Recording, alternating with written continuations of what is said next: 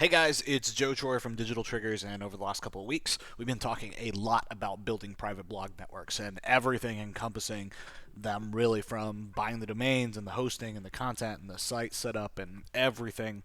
And one of the things that kept coming up over and over and over again was a concept, obviously, that people are asking about called PBN footprints and or a footprint, something that ties together your PBN. And so, what I thought I would do is take a bunch of thoughts that my internal team has had and myself and that I've shared with my friends, and they've added to and we've refined of some footprints and some things that we look for and some things that we kind of run our networks against in order to stay safe in the SEO space and safe in Google's eyes. I'm not saying this is the be-all, end-all footprint, but this is what we use. We've gotten de-indexed with networks over time.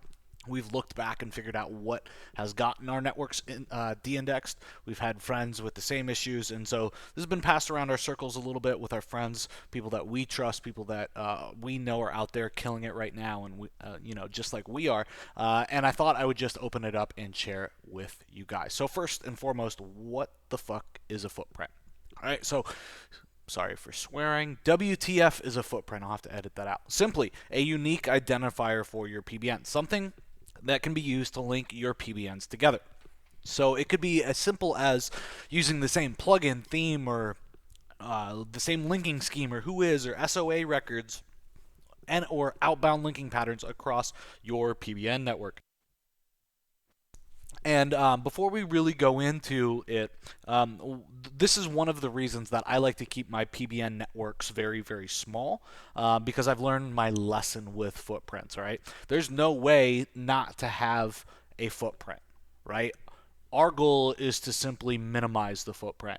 And this is why I like to build very small networks of private blog networks that don't touch each other and don't touch multiple pods or multiple money sites so that we can keep ourselves from getting in trouble, right? If something does get penalized, let's say 5 or 10 of my sites get de-indexed, the rest of the network isn't hurt, right?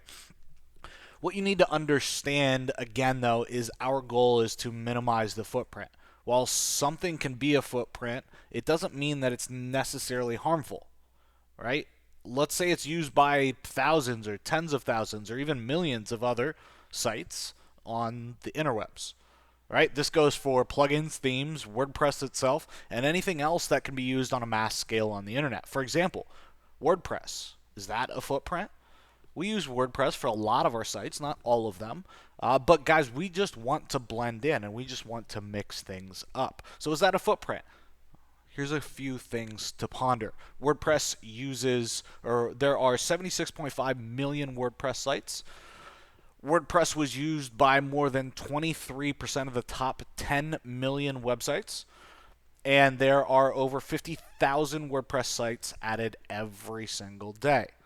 Okay, so big thing here is randomize things, right? Just don't put the same setup on every single site. Mix it up, right?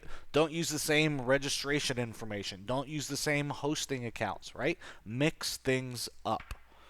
All right, so we've recorded a ton of tutorials that show the right way to do things and how to minimize your footprint, how we're setting up private blog networks. And specifically in this video, I'm just going to give you the list that we've developed through research as well as trial and error, and obviously through our peers as well. I'm going to run through this list. I'm not really going to explain anything. If you have any other questions, I'm sure that you can find the answers to those questions in our other videos. All right, so let's get this list kicked off. Number one, not varying whois info. You have an outbound linking pattern, not varying SOA records, the same SEO plugins and themes, the same tracking code or codes on sites. For example, Google Analytics, some type of tracking code, advertising codes, etc. The majority of your links from WordPress. Okay, not varying hosting info, SEO hosting, crawlers and spiders are being blocked on all your sites. Too many CDN hosts, no CDN hosts. How could no CDN host be a footprint? Well, you know how many sites use Cloudflare? You know how many sites use CDNs? A boatload. It just wouldn't seem right if not at least a couple of the sites linking to you were from a CDN, right? Poor site categorization, meaning you left uncategorized and made no categories on your blog, right? WordPress doesn't categorize your posts for you. Duplicate whois domain emails. Same registration and renewal dates. No TLD diversity. Not varying domain registrars. No custom logos. No authenticity or originalities, right? It just looks like a freaking splog. Same name for every author, not deleting sample pages, posting comments, no legal pages, no contact page, all links using exact match anchors, no internal linking. Interlinking your PBN network, same number of links or posts on a homepage, same number of links in each post, duplicate images or videos across your network, broken posts or code, same posting dates and times. I'm sure by now, with me going through these, you're like, oh crap, I need to fix a couple of things, right? Don't worry about it. I'll give you guys a link at the end of the video so you guys can download this slide deck so you can just literally go through this checklist and mark them all off, right? Limited word count range, high percentage of posts with external links, not including self-hosted images in your post. This is a big one, especially the last couple of years. Most blog network software actually uses XML RPC to post, so they can't actually upload images to your actual self-hosted blog. So because of it, they're using like shared image hosting and things like that. So literally every single image on your site is from a different domain. Yeah, that's smart. No footprint. Come on, guys. You guys are smarter than that. Don't believe that shit. No social shares, likes, or links from trustworthy sites.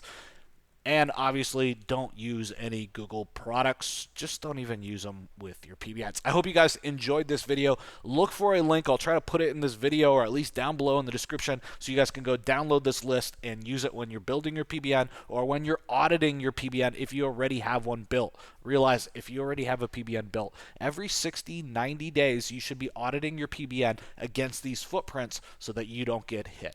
Have an awesome day. Talk soon.